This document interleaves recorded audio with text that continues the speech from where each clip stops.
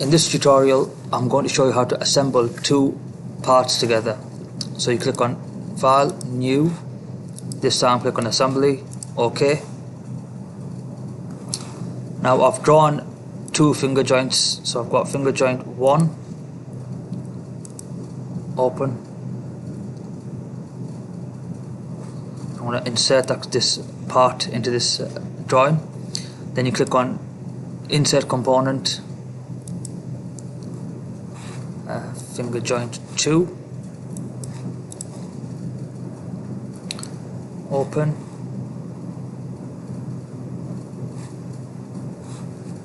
So I've got two different parts inserted into this assembly.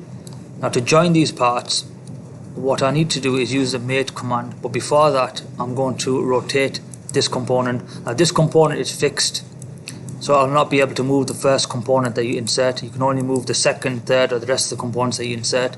Click on this component, click on Move Component, Rotate. It just makes it easier when you're mating this. Just click on the tick.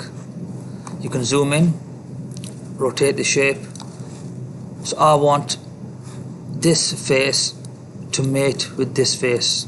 So I'll click on Mate, click on this face, and it appears on the left hand side. Click on this face here, and you can see the shape has rotated.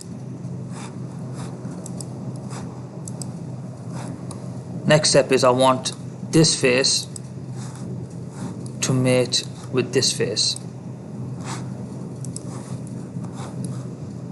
And the next step is I've only mated two faces, so this part does actually still move. So if I want, next step would be to mate this face with this face, so it locks into place.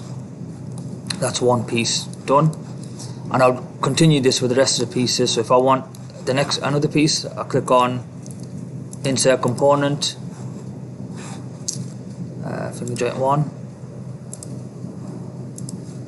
and it's the same procedure. So this face would mate with this face,